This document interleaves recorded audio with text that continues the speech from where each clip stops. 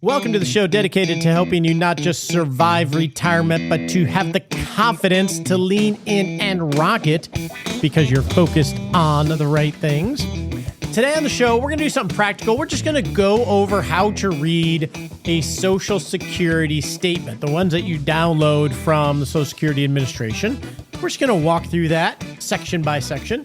In addition to that, we're going to answer some of your questions related to finding a retirement planner, second mortgages in retirement, Roth conversions, all sorts of things.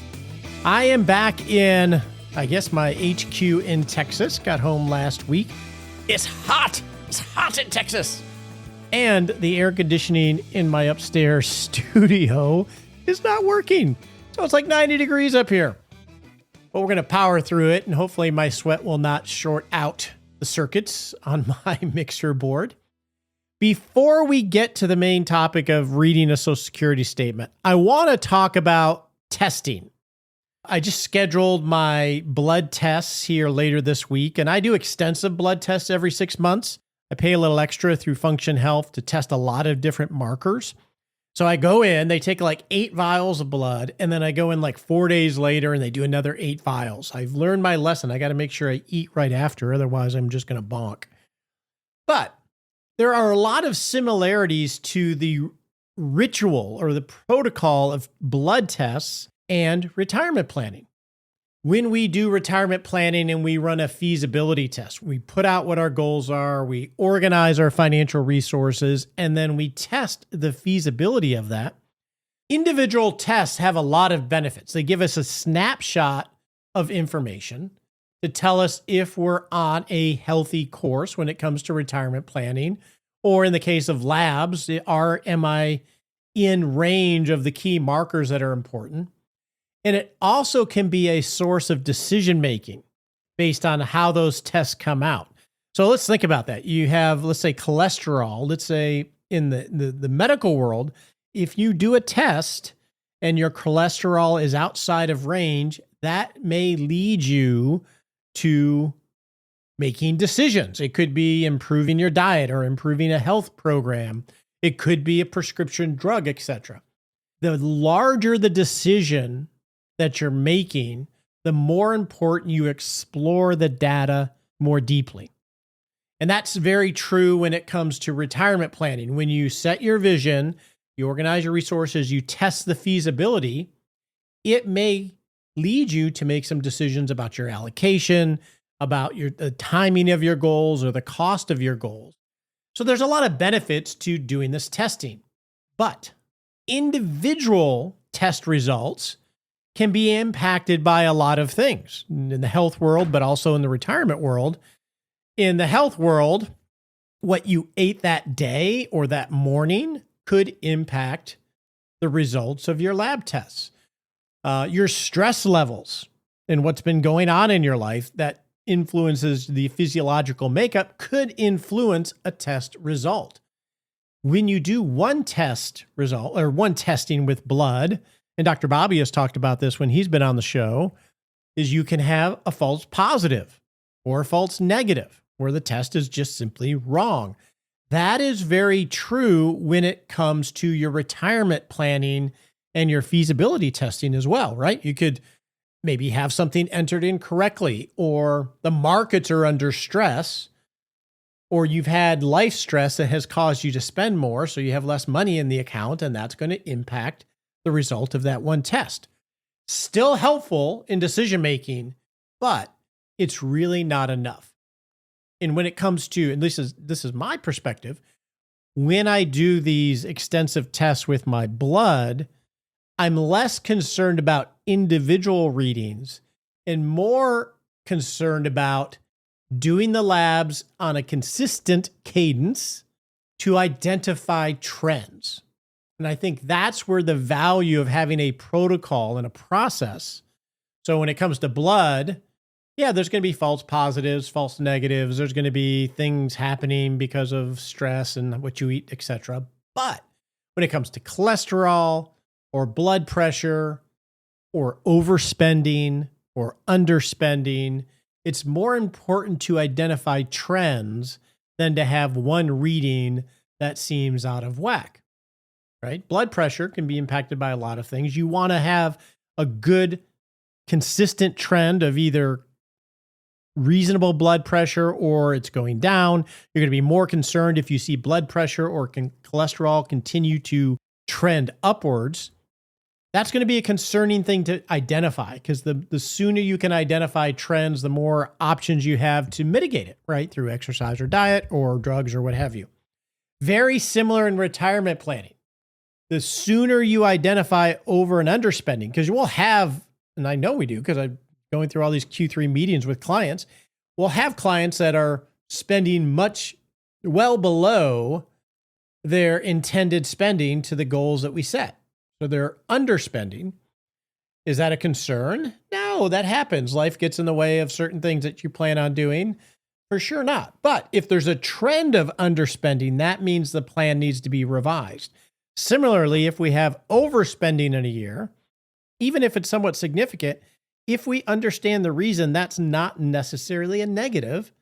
But if we habitually have overspending, now we have a plan that's not really modeling reality. Very similar to if we think we're going to have part-time income in retirement and it doesn't materialize, okay, in 1 year, but if that becomes a trend, this is the importance of a consistent protocol to identify these trends. Now, it also gives you a baseline for conducting N of 1 tests. And Bobby talks about this as well in the health world. In the health world, it might be cholesterol, and then you test getting better sleep, or you test diet and exercise to see if you can influence the trend. Additionally, if it's under or overspending, perhaps you do a test of tracking your spending more diligently, or adding annual gifting and seeing how that impacts the trend. So less about the individual tests, more about the trends. And that's the importance of having a good protocol. So what you need is you need a sound process, and you need a sound process that you use consistently in roughly the same way to help you focus on intentional decisions and actions. Now, there are a lot of obstacles that get in the way of following a sound process consistently. In the medical world, I am way overdue for my blood work because I was in Colorado and the labs that I needed were not convenient to go to. So I had an obstacle that I knew was coming, but that I didn't address. In the retirement planning world, we have a lot of obstacles to doing a consistent process in an intentional way over and over. And those obstacles are our desire to find certainty, which leads us down lots of different rabbit holes, our need to overcomplicate things or to be attracted to complicated things. That can get in the way of a process that really is relatively boring because it's so consistent and focusing on unforced errors. It's not cool. We're pickled to social media. Pickled means, I don't know if you remember what pickled means, where if you take a cucumber and you pickle it, it can't go back to being a cucumber. It's always going to be a pickle. And when I say we're pickled to social media, we used to get information in a very slow, intentional way. And now with Twitter and Facebook and LinkedIn, it's like 24/7 news. We're just addicted to all the updates and everything else. It's a whole nother discussion, but we're pickled to that. So we constantly are getting bombarded with influencers touting the new supplements or the new exercises, if it comes to the health realm, or the finfluencers, the financial influencers or marketers touting the best investments or the best strategies or playing on our fears.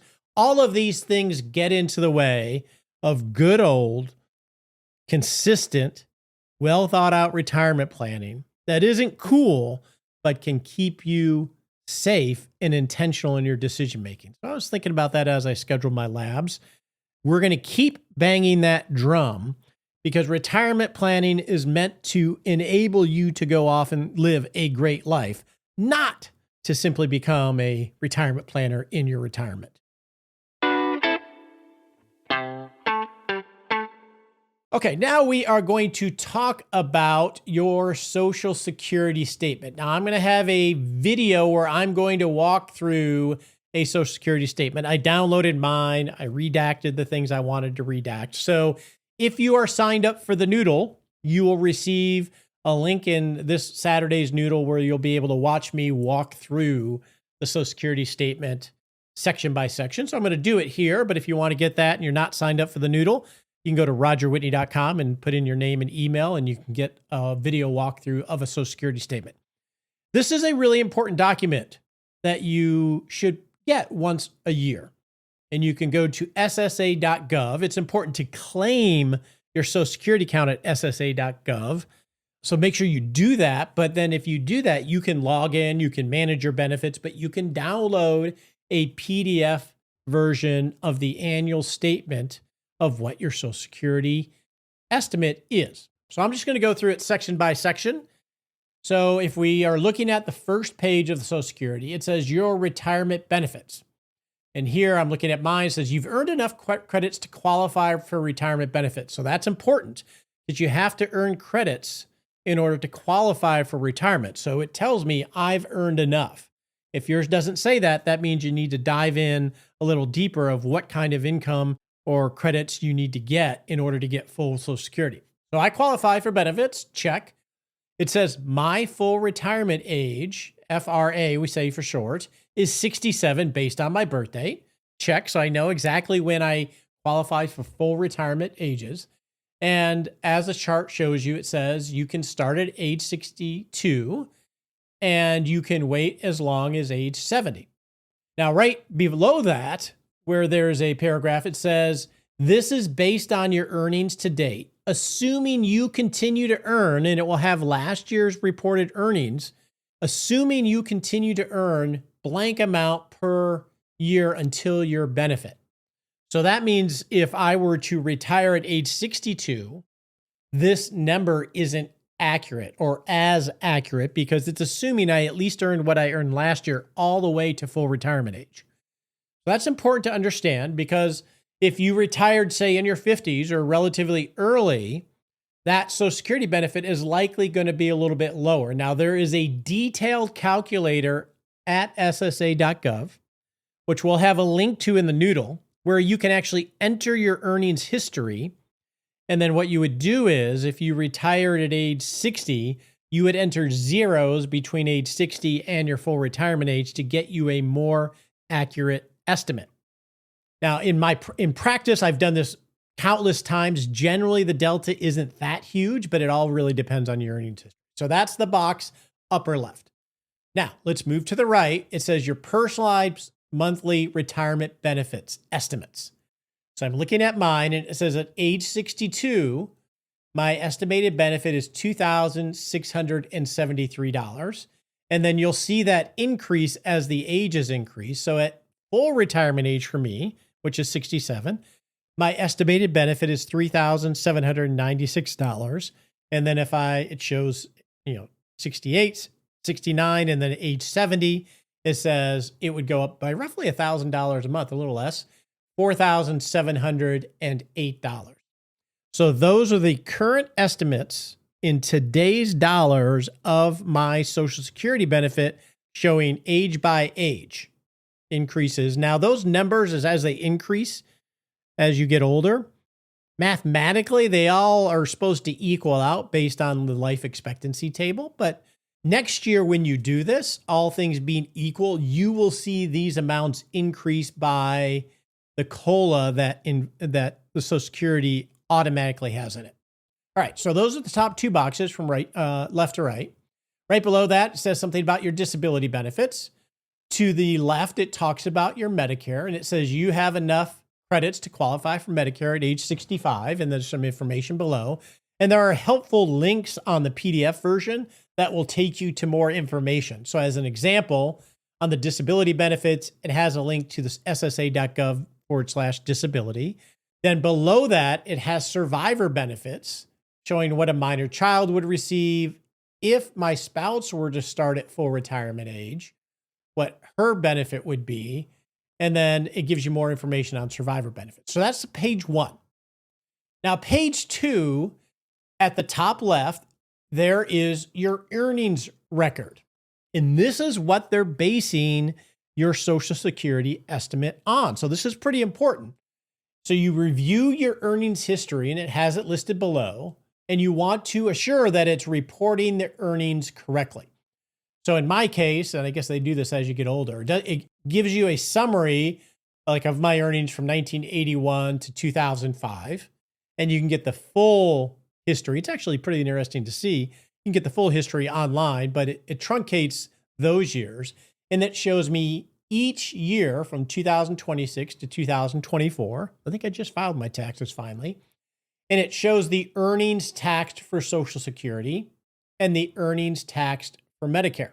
Those two numbers won't necessarily be the same because your earnings, like let's say you earned $400,000 a year, that is not what you're being taxed on for Social Security because there's a limit of the income that they use for taxing for Social Security or FICA. And then once you hit that earning, then they stop taxing for it. But it's important to review those years. And in fact, I looked at my 2024, which I just had reported. I haven't even reviewed my tax return with my CPA yet. It looked really low to me. And that's what you want to look for is the year, are the years listed, in this case from 2006 to 2020, do they reflect what you actually earned or at least up to the Social Security limit for that year? Because that is what they're going to use to calculate the average in order to determine what your benefit is. So if you have an underreported earnings to the Social Security Administration, and I've seen these glitches happen, then that could impact your benefit. And there is a process to go through appealing that. All right, so that is important. This is page 2, earnings record. Now, to the right of that, and again, if you are signed up for the Noodle email, you'll see this in video form, and we'll walk through it together. Important things to know about your Social Security. And it has a number of bullet points, and we'll go through a couple of them. Social Security benefits are not intended to be your only source. You need other savings, just a disclaimer there.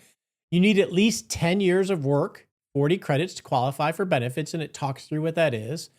To keep up with inflation, and here it says benefits are adjusted through a cost of living adjustments on an annual basis. Let me see what other points. The age you claim your benefit will affect your survivor's benefit, and that's important to know. If you claim at 62, even if your spouse claims at full retirement age, they could, if they're getting any type of spousal benefit, it could impact what their survivor benefit is. So you want to walk through that, and we've had discussions about that before.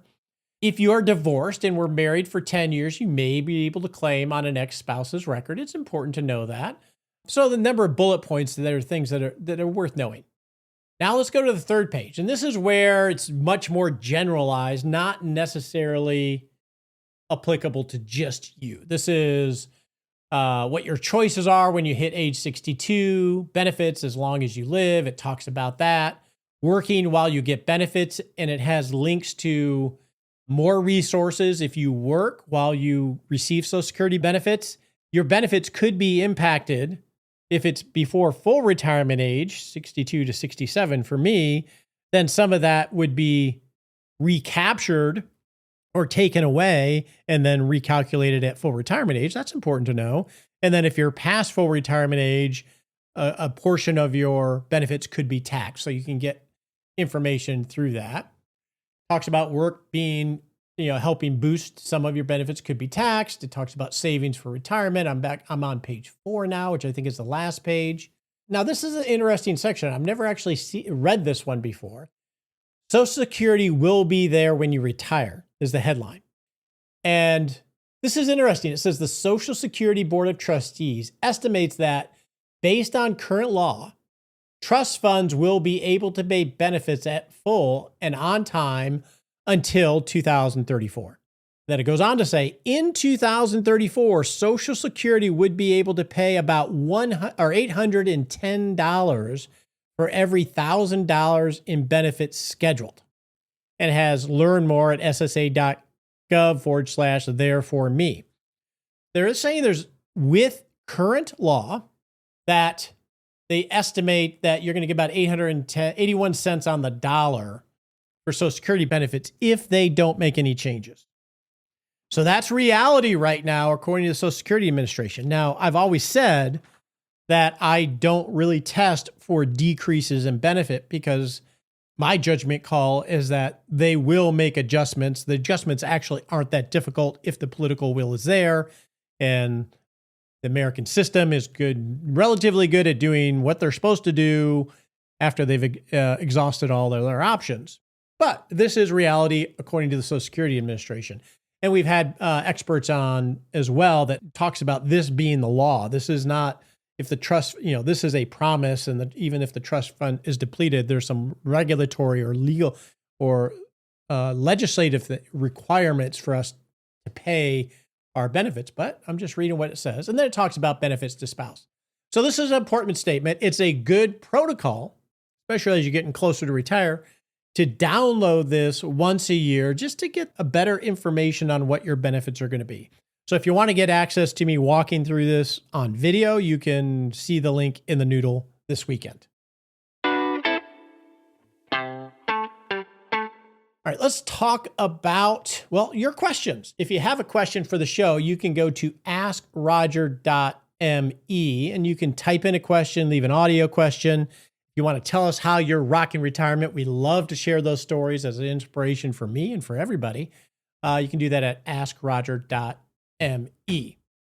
So I'm going to start with Jeff's question. Jeff wants to think through some timing. Here's my question, he says. If I decide to delay my retirement until age 70, is there any difference in the retirement strategy? For example, if I retire at age 70, when should I create the 5-year pie cake? And how many layers should I initially have? Jeff, it really doesn't matter from the perspective of you're mapping out your cash flow. So I don't know how old you are, Jeff, but let's assume that you're 67. If your plan is to delay retirement until age 70 and you're age 67, it would be a good exercise to go through what your vision is, how much my base Great Life costs, what resources do I have to cover? Is it feasible? And as you're thinking about how to make it resilient, you're going to map out a 5-year cash flow estimate. And I would suggest that if you're 67 and you're working and you're thinking you might retire at, somebody's at the door, Sherlock's barking, and you're going to work for those first 3 years, I would assume that you're retired, but then add back in the income that you have from your work. And there's a number of reasons for that. So in that 5-year cash flow estimate, as you're building out the allocation of your assets, you're going to assign a purpose for every dollar, even though you have a lot of income. So year 1, 2, and 3, in this example for you, Jeff, you're going to add in the income that you have from work, along with whatever income sources. And then below that, you're going to have what your base life, Great Life costs, what your discretionary spending costs, and what your aspirational spending costs year by year. And when you're 67, it was 68, when you're 69, when you're 70, and so forth. And you're going to have a cash flow estimate to see if you're tapping your assets for some of these aspirational spending. That's going to lead you to how much do you need to have in that income floor in order to pre-fund spending. And if your income from work is covering all of that, then it's going to be you don't. So that will lead you to more upside when it comes to your growth layer. So it'll naturally lead you to allocate assets and put a purpose for every dollar. You'll have your contingency fund, which is your emergency fund. You're going to have your income floor. And if your income's covering most of that, then you're not going to have as much there in theory. And then you can allocate for growth and longevity, et cetera, or upside. But the reason I think it's good to do this when you're in that transitional stage of shedding the skin of work and you're not quite sure when it's going to happen, oftentimes, Jeff, what happens is you may make the judgment call that even though you think you're going to work until age 70, that you want to pre-fund and have more liquidity just in case you change your mind. So if you're a little on the fence, I think I'm going to work till age 70, but they might force it upon me because of what's happening with tariffs and the economy, or I might really get sick of it and I always want to have the option, then you could set this up to have more liquidity maybe sooner than you need, which isn't necessarily a bad thing as long as it creates a feasible plan, just so you have the optionality to say, take this job and shove it. And in the event that they say, take this job and, well, don't take this job anymore, you're fired. So you may make the judgment call to have more liquidity just for that optionality in case you change your mind or life happens. Our next question comes from Mary. She says, I started listening to your podcast about 10 days ago. I am here to tell you that it's changed my life. I'm the spouse who, previous to tuning in, knew nothing about our finances. Now I find myself in the midst of a divorce at age 63. I have listened to about 50 episodes with the goal of listening to all of them, and I already feel empowered with a few tools and understanding to embark on my retirement plan with some confidence. Our money is at Vanguard. I'm on the wait list for the Rock Retirement Club, but also feel it may be advantageous to work with a planner other than the one offered at Vanguard. I don't know if you're comfortable offering referrals, but I thought I would ask in case you have a fabulous planner in Boise, Idaho. Thank you for your podcast. You have a very thoughtful way of presenting information that a layperson can comprehend. Mary, sorry this is happening to you at this stage in life. And I don't know any of the background, but I want to affirm, I think you're already taking active steps just in the what you wrote and the way that you wrote it to find agency and lean into this new life that you're embarking on while you mourn and walk through the closing of a season. So I just want to affirm that it sounds like you're living life on your toes as much as you're maybe getting pummeled a little bit. So I just want to affirm that. So I think in the email I wrote back to you, I don't have anybody in Boise. And I said, bravo on leaning in to take control. Honestly, I think joining the club is the best place to start, Barry. It will allow you to put in reps of building your own plan, and it will allow you, because it has the tools, it's going to walk you through step by step, putting your plan in place in a very iterative way. And you're going to have a safe place to ask questions of me or my team in the club or other members that have a beautiful spirit to help you get the reps in of what it means to build a retirement plan, which I think will help you avoid unforced errors in trying to hire a planner. But I think that is a great first step. I would argue do that before you hire a planner, because hiring a planner, I don't have great referrals because I think retirement planning is something that's a specialty, and I have a point of view of how it should be done that's been tested for decades. And a lot of great people out there that don't know what they don't know from a planner perspective. So I think this will empower you to find a planner if you feel you need one, to extract the most value from them because you are more informed of the process. You can do this. Even though you haven't looked at this, trust me, it's about unforced errors and it's about process. It's not about some super duper smart strategy or intelligence. Thank God. Otherwise, I don't know what I'd do. It's about process and thoughtfulness and intention. So I just want to affirm that to you. Now, in our Noodle, we will link to a interview worksheet for interviewing planners if you are pursuing that, Mary. I don't have any that I can naturally recommend. It's very frustrating. Andy Panko, he may have some that he can recommend. I know he's a wonderful guy. I'm sure if you emailed him, he would make a suggestion or two. But he and I both struggle with this, honestly. And we're doing our best to work for how to find the solutions to make this more accessible in our own ways. So I think the club's a good place. Grab that worksheet. Feel free to email me if you're interviewing, if you just need a second set of ears to bounce ideas off. I'll try to be that safe place just to, I've been around a while, so I can maybe help if you're interviewing somebody to tell you how to navigate that so you get the best value. So good luck to you. Our next question comes from Julie, who's been listening for about 3 years. She said, my husband is looking at sudden retirement, somewhat health related, at age 59 and a half in the next few months. And Julie wants to know, are there one or two basic episodes of your podcast I could refer him to? He's been diligent his whole life in putting money into a 401k and has become interested in general investing concepts, watching stock shows, buying some individual stocks. However, he does not seem to have a holistic overview of various concepts covered in your many podcasts. The income floor, what a base rate life is, maintaining a non-equity based fund, etc. He's not a podcast listener, so I look for something very accessible, perhaps something on your website, alternatively.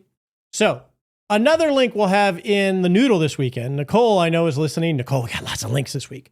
We have a 2-page PDF of what the pillars are for retirement. In the financial realm, you have a vision, and it defines what that is.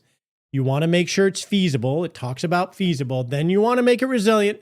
Then you want to optimize. And then it also has the non-financial pillars. You got to have energy to show up. You have to have passions and hobbies. You have to build relationships, and you have to have the proper mindset. So we'll share that in the Noodle email. That's a good, very short primer. We will also link, Julie, to the last time we did a month-long episode on the basics. We have some episodes that talk about each one of those pillars. It is tabled to create a short video series walking through the summary of each one of those pillars. Don't have it scheduled for production yet, but I agree with you on the accessibility because we all don't listen to podcasts. Now, a couple of thoughts about what you said that he's doing. I think step one is to stop watching financial shows and dabbling in stocks, because those will have nothing to do with retirement planning and with investing for retirement. And it can actually create a lot of fear, a lot of FOMO, because that's how they're wired. And dabbling in individual stocks is another thing that it frames the financial realm when it comes to retirement planning incorrectly. And it can cause us to think it's all about tactics and strategies and buying the right things and selling the wrong things. And that could actually be a disservice. And when we talk about the 4 pillars, they are sequential, and the first 3 are the most important: vision, feasible, resilient. Optimization is about all the financial stuff and the tax stuff that generally dominates the media. So we'll do our best to get you these episodes and that primer in the Noodle. That will happen, and then we'll work on building some more accessible content for the first mate, the one that's not into all this. So Joy has a question about Roth conversions. I'm late discovering your podcast. I love it. Thank you so much. You're welcome, Joy. I love doing it. Joy says, I had a quick question regarding Roth conversions. I have been told that each tranche of money converted carries its own 5-year rule. That it's not like contributions to a Roth that once they're open for 5 years, you're good to go. Roth 5-year rules, Joy. It's joy to be Julie. Joy. Roth contribution 5-year rules can be confusing. As for your question, if at the time of withdrawals, you're over age 59 and a half, and you've had your Roth open and funded for more than 5 years, you're golden. So if you've had a Roth with $1 in it for at least 5 years, and you're over 59 and a half when you're withdrawing money, ignore all the 5-year rule stuff. It doesn't apply to you. If you don't meet both of those to satisfy the golden rule, it's more complicated. So I'm going to make the assumption that you do. Now, we have episode 497 where we go into these complicated rules more. But, Joy, if you're going to be over 59 when you take money out and the Roth has been open for 5 years, don't even bother listening to it because it'll just confuse you and it doesn't apply. And with that, let's go set a smart sprint. On your marks, get set.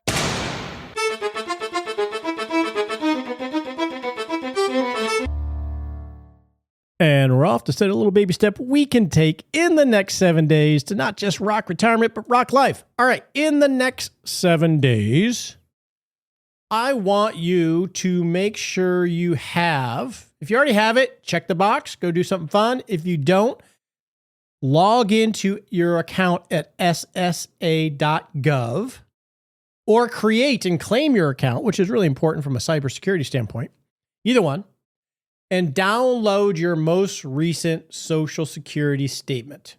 It's a good thing to do at least once a year and just review it, depending on where you're at. You know, if you're prior to retirement, or even if you're in retirement, the most important thing, I think, until you're getting to a ripe banana where you're going to make a decision, is to review that earnings history on page 2 to make sure that the reported earnings are accurate or close to accurate. And then if you are running a feasibility model in some software, you can update your new Social Security estimate based on current data. Holy cannoli. That's what I meant to say. Holy cannoli. There we go. It is hot up here. It's like 90 degrees here in the late afternoon. I'm doing this on a Sunday. We have been allowing this HVAC unit to limp along by recharging it with Freon, I think for 4 years. I think this is the come to Jesus moment where we got to get a new one. So hopefully we'll have that done by next week. So today on the show, what do? We talked about the importance of process. And the importance isn't in one test on is my plan feasible or is it resilient? It's really about the consistency of testing and looking for trends. That's where the value comes, just like with your medical labs, because one test, a lot of things can influence that based on markets and spending and seasons, etc. So it's the consistency. And there's a lot of things that get in our way that we got to handle. This should not be super exciting, and it should not be a whole new job in retirement. It should be a compartmentalized structure that can give you clarity, which gives you confidence so you can actually go create a great life knowing that you're going to revisit it in a systematic way because you've already set the meeting. You got a protocol. That's the point. Not all this stuff we read about and all this influencer stuff. That's just distraction. And then we also talked about your Social Security statement and a very simple protocol to make sure you understand it, and we'll have that video out. In addition to that, we talked about the 5% rule and hitting that golden rule. If you're over 59 and have had one open and funded for 5 years, don't worry about it. And then also how to create a pie cake. I love hanging out with you on this show. I hope you enjoy it and get value from it as much as I do. This just makes me smile. Have a great day. The opinions voiced in this podcast are for general information only and not intended to provide specific advice or recommendations for any individual. All performance reference is historical and does not guarantee future results. All indices are unmanaged and cannot be invested in directly. Make sure you consult your legal, tax, or financial advisor before making any decisions.